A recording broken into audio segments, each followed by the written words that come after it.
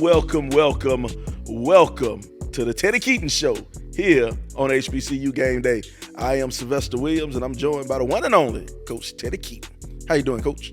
I could be better. I ain't got a win yet. You definitely They could close, be better. but I ain't get a win yet. Well, somebody told me close only counting horseshoes and hand grenades. I think Coach. Teddy Keaton said that. Uh-oh. Wise man said it, Coach. Another tough one on homecoming, Coach. A very tough one. One should have had, Coach. 2 weeks in a row we should have had. Shoulda, coulda, woulda. I just, I just need to be a better coach. Got to figure out how to finish. I mean, it belongs to the staff and everybody else. The young men are doing it and they fight and they giving their heart. We just got to figure out a way to help them finish. There you go, man. But was homecoming. Set the scene for homecoming a little bit. Shout out to all the alumni, fans, relatives, supporters. Homecoming was a pack. It was an event. I loved every minute of it. I thought, the only thing that we was missing was the icing on the cake, and that's giving the alumni something to be proud of, the win. I think they're all proud the way we competed. I think a lot of people like the competitive nature of what we're doing there. Mm-hmm. But, I like to compete too, but I like to win more than I like to compete. So it bothers me when I can't have it all, but it was a packed house. Everybody was there. I mean, when I looked out and walking across at halftime, and you know how you're coming out the locker room and you just see up on the hill and you see all the tents and everybody was just getting it in, smiling. The little breezeway was packed. I was like, look at here. They're having a great time. Shout out to CAU and happy homecoming. Yeah, it was. It was an event. It was an event. I hate I missed it. I hate I couldn't have been there. But we might as well jump straight into this game, Coach. We'll jump into the game. Edward Waters made the trip up from Jacksonville. They made the trip up from Jacksonville to come and play. You guys won the toss and you decided to receive, but you start out kind of rough. You give a 3 and out to get things going. So now you got to kind of wonder, you put that defense into a situation, they'll punt it away, and then they'll have it at the Edward Waters 42-yard line. So they got pretty good field position to start off the drive, and they don't really waste a lot of time. They don't waste a lot of time, and they push it on into the end zone. Jontarius Thomas, he had an 11-yard rush for a touchdown, and then that puts Edward Waters up 7-0. You get it back one more time, and then once again, you hand it off to Jalen Samuels. Now, the big boy, he rumbles and stumbles, gets 62 yards down the field, Coach. When we called that play, I thought about you. Because I know you get excited. If you was calling the game, we'd have had to delay it 17 minutes just so you could replay that play 5 times. I'm telling you, man, I like it. I like it when the big man get down there and start the running, man. But he got 62 yards, couldn't quite get it, made it all the way down to the 13. Then the thing is, he got 62 yards, and you handed it off to him again. Ran for another 3, and then that's when Xavier Jackson lined up, threw a short pass to Amon Harris, and Amon Harris caught the touchdown. Another touchdown for your senior receiver, Amon Harris. Let's start for a second on Amon. Amon's been with you for a long time. He started off with you at Allen, young man out of Tampa, Florida, came up here, and you knew he was an athlete when you recruited him. But did you see Amon Harris being this great of a receiver, Coach? Yes. We talked about him. Matter of fact, me and the coaches had a debate about how good Armand was, and I told him, I said, the things Armand that he can do with his body, the things he could do with, he's a little banged up a little bit right now. He got his little ankle been bothering him a little bit, so he's kind of relaxing and resting on that, trying to do the best he can. He's still coming up with points on the board. He's just an athlete. He works hard at it. I think he might have a chance to, possibly play at the next level if he continue to work at it and don't give up on his season. I think as a senior, he wanted to win a championship, but due to the circumstance of losing your star quarterback, those different things like that, you lost, 17 players around him that were upperclassmen as well. I think that kind of hurt him a little bit, and I think he's kind of like, I'm going to give up on football. But the man could have a career. after this. I mean, he's just been that good for us. You won't find too many people. Him, David, Jamal Jones. Those are generational talents. You won't find too many kids. I think we got another bright future with another guy that's kind of shaping up to be looking just like him. But we'll see how that all works out. I tell you, big plays out of Amon Harris. Now, Edward Waters will get it back. This time they'll start at the 34-yard line. And now your defense steps up. They force Edward Waters to punt. They'll punt it away, and then you guys will take it back on the 44-yard line, and you'll work your way down the field. This time Xavier Jackson, he'll start to heat up a little bit. He'll hit Amon Harris for a quick little 2-yard pass to start off. Then he'll hit Amon again for a 12-yard gain. Then he'll complete one to Krishan Sellers. And then he'll throw another pass to Krishan Sellers for 32 yards. Hit Sellers down the field, 32 yards. And Allen Riggins will get in the game. He'll rush for 9 yards. And then you'll hand it off to Pender. Pender rushes again for another yard. Allen Riggins one more time for 2. Xavier Jackson, he'll rush one more time for 1, and now you got it 3rd and 1 on the 1-yard line, and you hand it off to my man Jalen Samuels, goes and bulls his way on into the end zone for a touchdown. Touchdown for Samuels. There you go. So now you guys got it 14-7, kick it off, and then once again you force Edward Waters to another 3 and out, and then you'll get it back, trying to end out this first quarter. This time you'll get Ronnie West involved. Ronnie West will catch 2 passes right before the quarter ends, and then we'll head into the second quarter. Now, one more time, you guys will try to move it down the field, but you get hung up a little bit. And then you'll get Carlos Lopez to get in the punt, and the young man kicked the 51-yarder. I'm talking about boom. He boomed it out of there, Coach. 51-yard punt. Well, we all say we want every drive to end with a kick. Not necessarily a punt. We really wanted it to be a field goal. But at the end of the day, I think they did a good job. But when we get off schedule offensively, it kind of hurts us sometimes. All right. Now, Edward Waters will take it. They'll have it 1st and 10 on the 6-yard line thanks to that punt. Now, they'll pick up 2 first downs.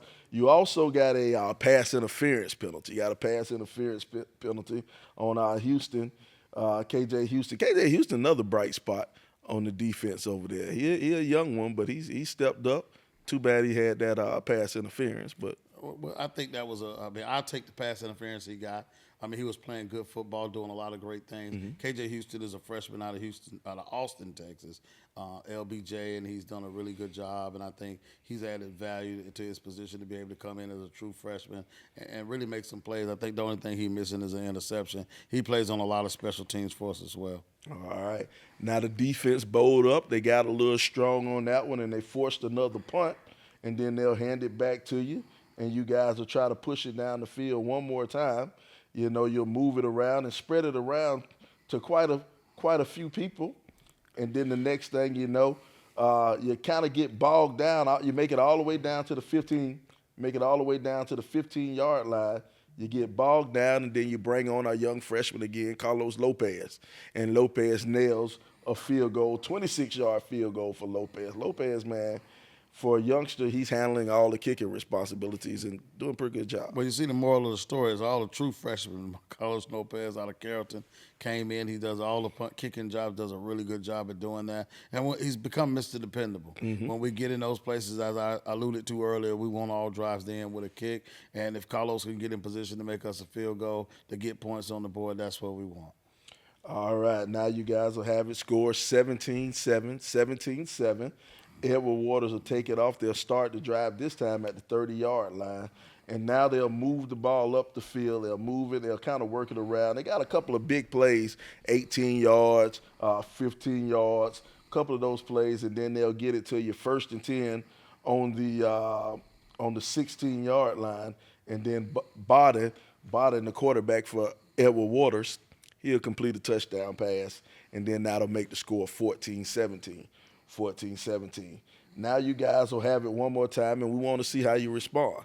We want to see how you answer. You'll get you a Krishan Sellers. He'll get a nice 24-yard kickoff return. Then you'll work your way down the field. Xavier Jackson, He'll hit Amon Harris one more time. Then he'll complete another one to Sellers. And then as the clock is moving, the drive started with 2:28. So now you guys are in that 2-minute offense. And I like how Jackson is getting used to running that 2-minute offense, getting used to running that fast-paced offense. He's not really looking like a freshman anymore out there running that offense. When you think about it, man, I mean, there you go again. Another freshman that's in command. I mean, as you've heard all the way through, freshman. And those guys are doing a tremendous job. I mean, you got a couple freshman receivers he's mixing into that too. And I thought he done a tremendous job of holding his composure and understanding what to do, how to do it, and why it's important for him to do it that way, and knowing what's the situation on the field. All right, here we go. Now you guys will keep moving it, and then you'll be the benefit of a penalty. You get a face mask penalty that'll jump you up another 10, 15 yards, and then you get a illegal use of hands that'll give you another 10 yards on the play. And now you have Xavier Jackson. He'll complete a deep pass to Shamar Nelson for 25 yards. That's a name I hadn't heard. Shamar Nelson is a transfer from South Carolina State, who kind of just been back in the back of our roster back there. We're trying to see if we could use him, and we getting that depth. Now it's starting to kick in a little bit. Now he's a guy we had to put on the field on that play, and he came up with a big one there. Came up with a big one, 25-yard pass. Now you'll have it 1st and goal at the 6-yard line. You hand it off to Samuels. He'll get 3 yards, and then you throw an incomplete pass trying to get one to Amon Harris. But then on 3rd and 3, you hand it off to Trayvon Pender. Now, Trayvon Pender, he'll take the 3-yard touchdown run, big touchdown for Trayvon, and that'll put the score 14-24. Now, this is the tricky drive right here, Coach. This is one of these drives that I say this is one of the reasons all coaches have bald heads or gray hairs right here. This drive right here, Coach. Edward Waters will have it with 49 seconds to go. Couple of incomplete passes.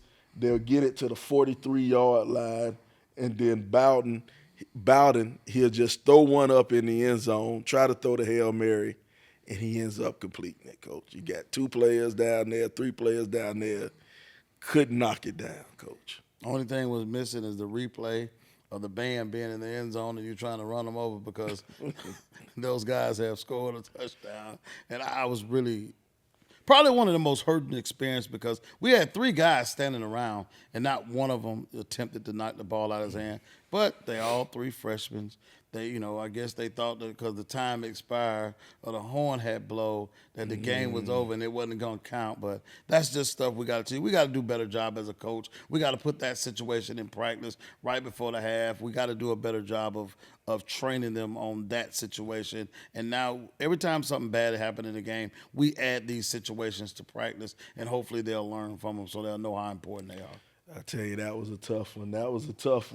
Well, that'll take the score at the half. That'll take the score. Now it is 21-24 at the half.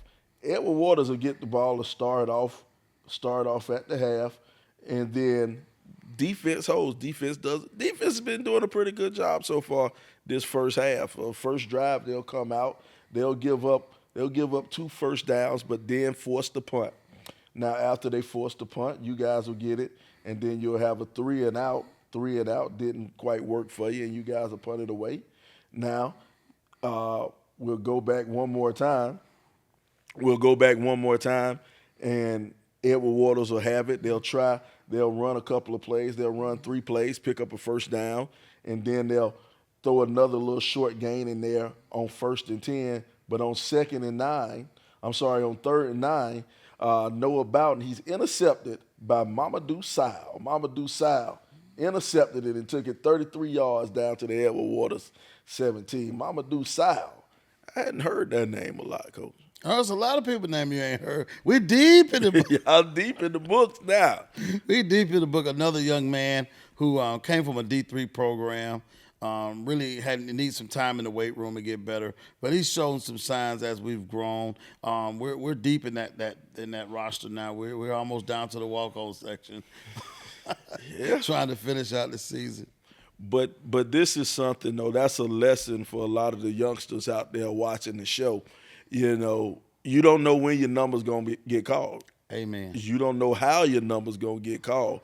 But when you're out there, you got to step up and make something happen. So good deal, good job. You know, Sly, if you brought any of the players in right now, I give this speech, and I've been giving this speech for the last 20 years. I'd be like, when you're out on the practice field, play every rep like you're going to play this week. Mm-hmm. I said, because we're all one play away from being the starter. Yes, sir. And the other day at practice, one of the kids looked back and said, Coach, you know, I think everybody on the team done played this year. I said, well, it goes back to what I said. When you come, you need to be ready to play. You need to know what to do, how to do it, and why it's important for you to do it that way. And just because you're not the starter doesn't necessarily mean you're not going to play. And that's a lesson that I think all kids can learn, whether it be at the high school level, JV level, whatever. You need to be getting prepared just like you're the guy taking the reps as the starter, because two people get hurt, the third stringer in the game, and we playing football, and he got to know what to do. He got to know what to do. He got to know what to do. He got to know what to do. I tell people all the time, man, do your Googles. Go and Google Wally Pipp. Find out who Wally Pipp is. Once you find out who Wally Pipp is, you'll know you need to be ready at all times. That's your homework. That's everybody's homework for the evening. Google Wally Pipp. All right. You guys will get it. It'll be 1st and 10 on the 17-yard line. Try a couple of rushes up the middle. Didn't quite work. Then an incomplete pass. And then you get a false start on 4th down and back it up another 5 yards. But you got old reliable over there, Carlos Lopez. He comes in, and this time Carlos knocks in a 37-yard field goal, and that'll make the score 27-21. Now, they'll get it back, and then this has kind of been the nemesis for Clark all year, the big play. The big play. You'll start off 1st and 10 at the 20-yard line. Then you give up a 30-yard rush to Edward Waters, and then Noah Boughton, he'll complete a 47-yard pass for a touchdown. And it's the big play, Coach. Got to figure out how to stop that big one, the one I think what the problem is when we get up, you got to learn how to play when you're up, and you got to learn how to play when you're down. A lot of the kids hadn't figured that out yet. I think they get comfortable. They when long as they're in the lead, I think we led most of the game, and we're in the league. And now you decide to take one play off, and that's the difference in college football. I saw it with Mississippi State against Texas. I saw another team that was that way. We just got to learn to play 4 quarters of football regardless of what the situation is. There you go. Now you guys will stop the 2-point conversion. They tried to attempt to run for the 2-point conversion. Clark Atlanta stopped the run. Next thing you know, Clark will have the ball, and then their defense will force a 3-and-out. Still game, still tied, 27-27. You're in the 3rd period. Now, you guys, Edward Waters will have the ball one more time, and they'll run 3 plays. They'll pick up a 1st down, but then after a penalty, a holding penalty pushes them back a little bit further. Then they'll push it back a little bit further after another short pass. Then on 3rd and 6, Jordan Newton gets it. Coach, I'm naming a lot of names I hadn't named all year, Coach. Jordan Newton, another freshman out of Westlake. Who's now starting in the strong safety spot. He's doing a tremendous job. I'm so proud. I don't think I take time to tell those guys, man, I'm so proud. You know, anytime you coming straight out of a high school and you get to play as many snaps as the freshmen have played on this field and done a really good job at, managing. I think they run out of gas sometime because it ain't no way to condition you going from 30-minute games to 60-minute games. And that becomes a lot different than it is, from the high school level. The 24 minutes, the 60 minutes is a lot. There you go. Westlake High School down there in South Fulton, home of Adam Pac-Man Jones, Cam Newton, and most importantly, Raven Johnson.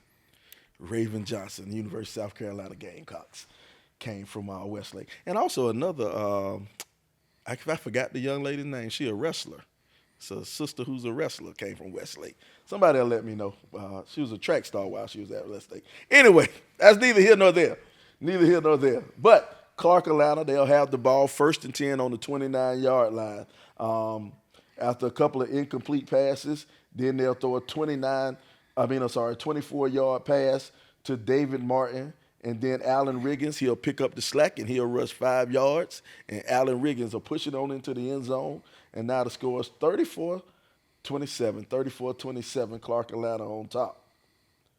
Now, one more drive. I think it's 2 minutes left in the third quarter. You guys up 34-27 in the third quarter. Now, Edward Waters will take it. They'll start off. And Edward Waters, they'll start the running game now. Let's start off this fourth quarter. They get 5 rushes in a row, pick up a few first downs, and then they'll just keep on handing it to Jontarius Thomas. And then Jontarius, he'll break one. It's 1st and 10 at the 31-yard line, and then Jontarius breaks a 31-yard touchdown run, and then that'll tie the game up. That'll tie the game up 34-34. You guys will get the ball. You'll go 3 and out and have to punt it away. And then Edward Waters will get it back. And then once again, it's the big play, Coach. The big play, got to figure out the big play. Threw a short, Bowden threw a short pass to Davari Morris, and Morris took it for 60 yards. Took it for 60 yards to the house. Another touchdown, and Edward Waters is up. I think it ain't really about the big play. It's about the tackling. Oh, the tackling. You know, a lot of the young guys out there, some of them see their teammates getting hurt, see a lot of players getting banged up from tackling. It's just something you got to do. It's part of the game. We don't play flag football, and it's my job to be a better coach to teach them how to tackle. Yeah. So I'm not going. It's just it's a little work that we got to do in all areas right there. Yeah, tackling. But, and I don't think that's a problem that's solely at Clark Atlanta. I think that's a football problem. Now, tackling has gone downhill on all levels No of football. come to balance no more. Nobody talk about near foot, near shoulder. None of that's talked about no more. So as an old school coach, we got to get back to doing some of those. And that's something you do in the spring a lot more, that you spend a lot of time. And those guys coming straight from high school where they might have been a dominant player there or might have been a great player, but now when you're talking about a kid who might have been a D1 kid that was really big lower body, long, and now a safety got to make that play after the linebackers and got blocked. And now that safety got to fit for that. You hoping that he makes that play. And now you have to design defenses to cover up certain players because you know they're not the best tacklers on your team. Yeah. All right. Well, Clark will get it back 1st and 10 at the 25-yard line. You'll put together a couple of first downs, but then you'll be forced to punt. And then you'll punt it away. But it was a big holding call on that play, too. You guys did pretty well when it came to penalties this game, but that was a big holding call that kind of took you all the way back to the 27-yard line, and you couldn't. Anytime we get off schedule. Yeah. And we got it. And also, that's not another team stopping us. That's us stopping us. Yep. And we have to do a better job of being mindful. And we work on those things, the penalties, the unnecessarily. It's kind of like playing baseball when you're pitching. You want to stay ahead of the count. In football, same thing. We want to stay ahead of the chains. Yep, there you go. All right, so you'll be forced to punt it away. It's about 9 minutes and 30 seconds to go in the game. 30 seconds to go in the game. And then the defense will step up and step up big one more time. They'll force a 3 and out. And Krishawn Sellers, he'll fair catches it at the 90-yard line. But now you guys will get it. And then Xavier Jackson, he'll complete a short pass to Amon Harris for 36 yards down the field. Then he'll complete it's an incomplete pass to Krishawn Sellers. And then he'll hook up with Amon Harris one more time for a 45-yard touchdown pass. Jackson to Harris. Harris in the end zone one more time, and that'll tie the game up 41-41, Coach. Harris and Jackson. It's a nice combination. Two Tampa Bay Techs. Two Tampa Bay Tech kids. All right, now they'll move it along.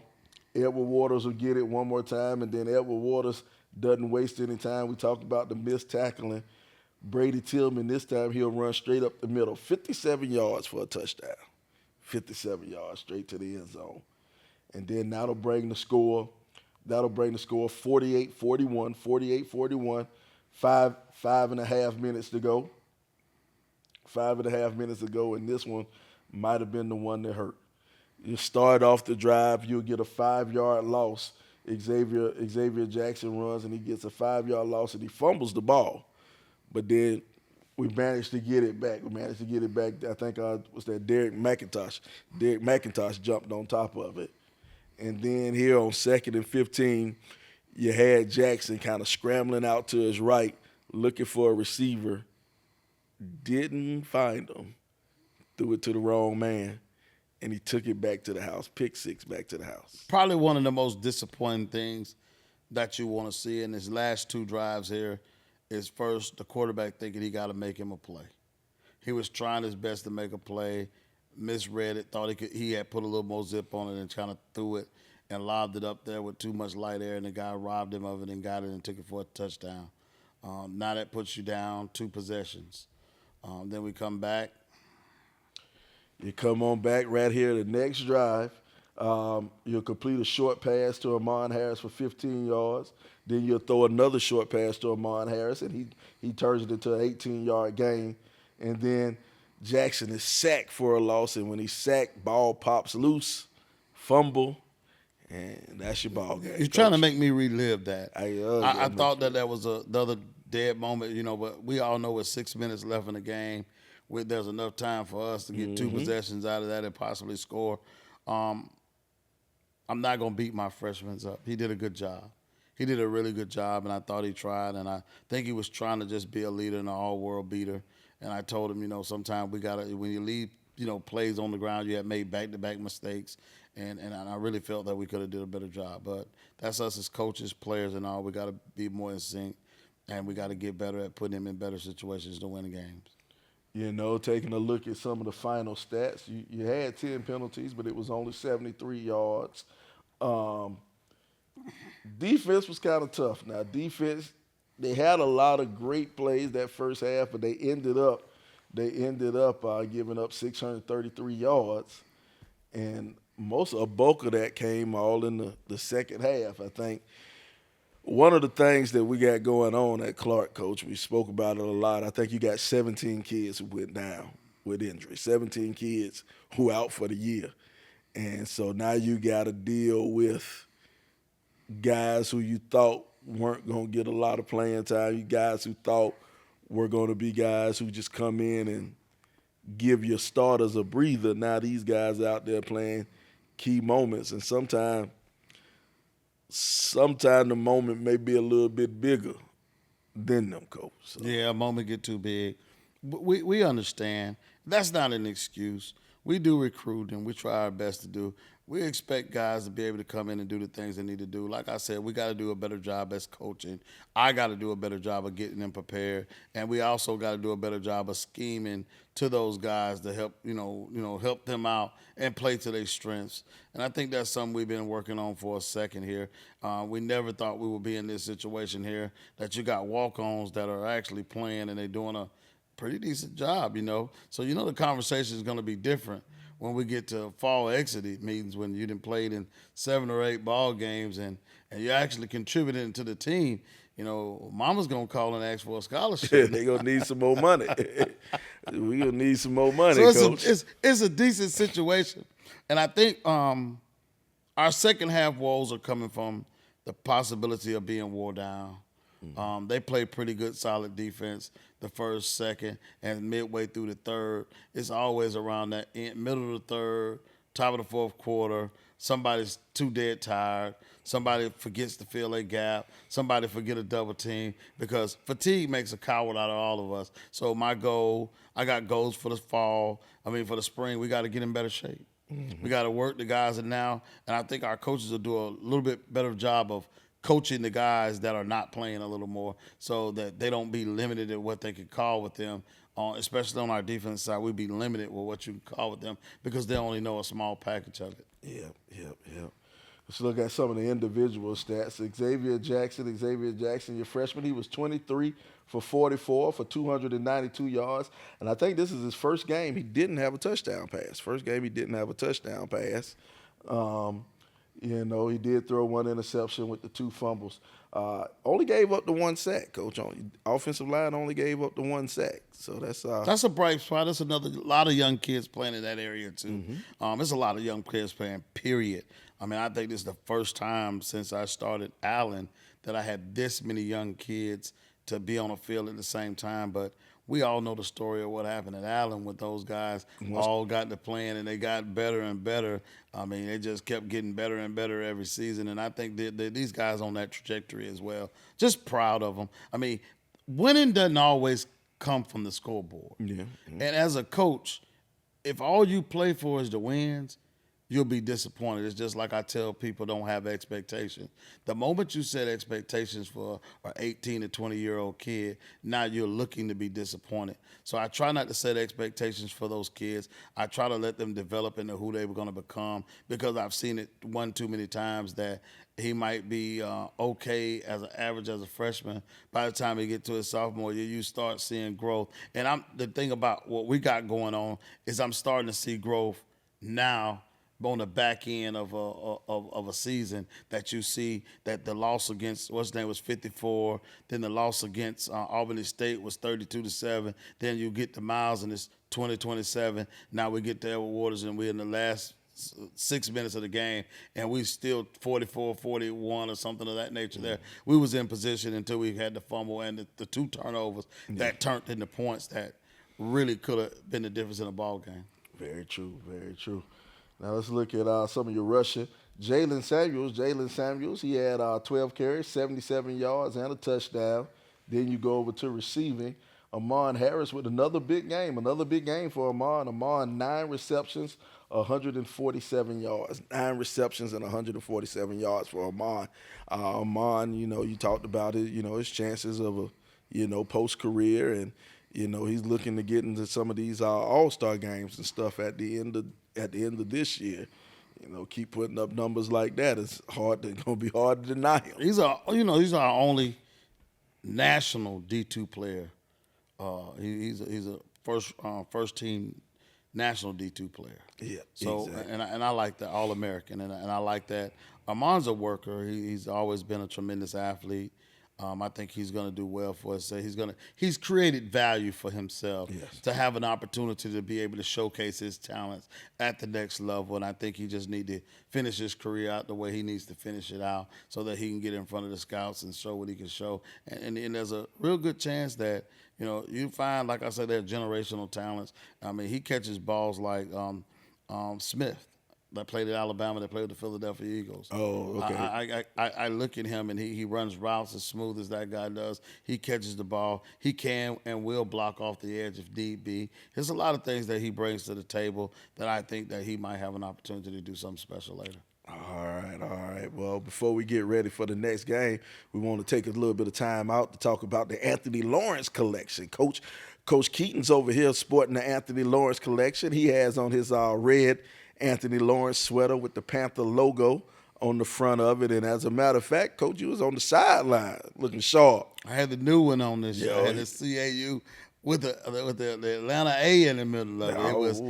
It was hype, and it was nice. We dropped that one out. I had a long sleeve on for pregame, and then I had the white sweater on for that. It's all online. Go check out Anthony Lawrence and get your CAU. If you want what I was wearing on the sideline on Sunday, go to the Anthony Lawrence collection page, go on his IG page, and go get you up, buy you a couple. It's getting cold outside. The sweaters come in handy, and we need you to still be the reason why CAU, its trajectory is going north. We want to keep it up that way. There you go. The Anthony Lawrence collection. Go to www.anthonylawrencecollection.com, or you can hit him on not on Facebook, on Instagram, to check out his Instagram page, The New College Flavor. Go and get all your Clark Atlanta apparel, your Coach Teddy Keaton line, the Coach Teddy Keaton line from the Anthony Lawrence collection. Or if you're just a fan of HBCU college sports, they have a bunch of the HBCU teams are fully licensed on the Anthony Lawrence collection. So go and check it out. Make sure you get it so you can look sharp like Coach Keaton did over there on that sideline. All right, Coach, we got one coming up. You guys got a long bus ride ahead of you. Long bus ride going up to Frankfort, Connecticut. To take on Kentucky. Oh, man, Kentucky. I don't know better. Going up to Frankfort, Kentucky. Coach Huggins, it wasn't me. I didn't do it. I messed it up. My bad, Coach. My bad. Well, you guys going to take on Coach Huggins up there at Frankfurt, taking on the Thoroughbreds. Matter of fact, the Red Hot Thoroughbreds. Probably this is one of the best Kentucky State teams they've had in a long time, Coach. It's going to be tough. I think Coach Huggins are doing a really good job with their team. They got a lot of good players there. I think a lot of guys, and he got something to play for. It's going to be a challenge for me to get my kids to make sure they stay focused on the opportunity that's ahead of them. We have the opportunity to play spoiler. Kentucky State has an opportunity to go to play in the playoffs. They have an opportunity to possibly play for the championship. All those things are still alive for them. So I think he's going to have his team ready. They're going to be excited. They got an opportunity to be able to take on us, who we've done a really good job. So I look forward for the challenge.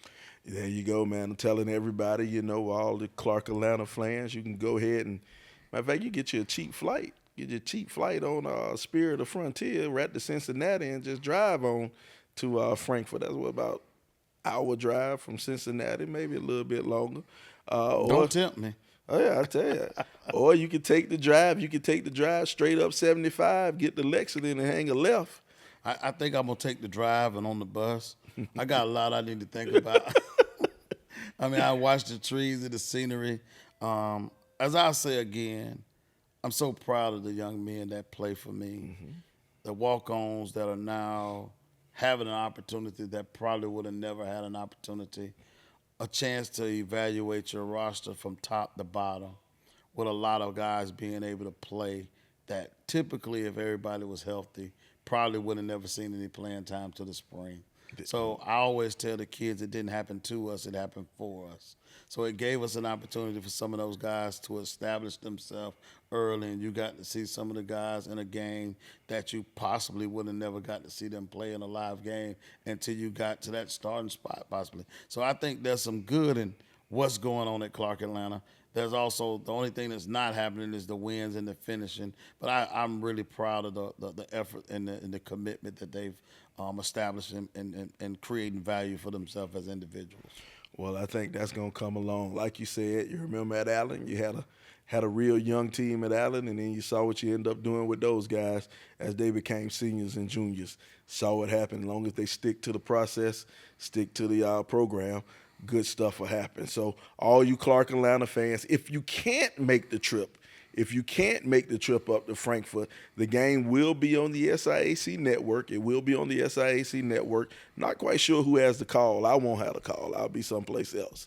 So you'll have to get a subpar announcer. He won't be as good as me. He won't be as good as me, but you will have an announcer calling the game for you up there in Kentucky. I don't want to take any away for that team from Kentucky State. They do a good job. They do a real good job calling the game up there at Kentucky State. But make sure you check out, make sure you support your Clark Atlanta Panthers. And I do want to let everybody know that just because homecoming season is over with, just because homecoming is past, it does not mean it's time to stop supporting your Clark Atlanta Panthers. Now, you can support in spirit, you can support in your prayers, you can support in your presence, but make sure you donate. Make sure you send something to the make sure you get that tax write-off. Sending money to the school, make sure you support your school in that way also. I'm going to give a shout-out to Chief Williams. Okay. It was very well, there's a lot that's tragedy that's happened across the world in our homecoming section. It's been upon attack. And we can honestly say that we had a pretty safe homecoming, and I felt very secure because of all the police officers, the presence. I think Chief Williams, her name is Deborah Williams, she does a really good job, her and her staff, of taking care of the people we're trying to entrust to have a good time. And I thought they did a good job. AD Drew, they did a really good job of it was a great event. It was a great event, probably one of the best we've put on. I think the whole homecoming experience was really great. I think a lot of people, I'm so CAU. I think we did a good job of making everybody feel like why we so CAU. I tell you what, it sure did look nice. I ain't gonna lie. Everything I saw on Instagram, everything I saw on television, game on HBCU Go, it looked really nice. Just didn't get the result. A young man got hurt. He had to go to the hospital from Edward Waters, and the unity that both teams displayed was very, it's a reason why we play the game. It's a game between good athletes, but when somebody get hurt, it's like losing one of our fellow people. So we wanted to make sure we send our prayers out to his family, and I know he's doing pretty good. I had the opportunity to talk to Coach Jinx, so he's doing a really good job right now. So I think he's back home and resting and getting ready to play. Get ready to get back to full recovery to get there. But shout out to the people who really believed in that young man and the ambulance and the people who came and got him, because we're all one play away from possibly something happening. And was so proud of my young men and the president of our institution, Dr. George French, who stepped in and came out, from all the activities, all the people that was around. They stepped out. We all gathered around and showed that young man the love that we showed him, and we appreciate him. And that's just one of the things I love about this game. I mean, you go out there, you're literally trying to take somebody's head off for 40 minutes, but the unity, the team, that family feeling, I love that. That's why I love this game. That's why I love football. Well, this is it. This is another great episode of the Coach Teddy Keaton Show. I'm Sylvester Williams. He's Coach Teddy Keaton. This is the Coach Teddy Keaton Show here on HBCU Game Day.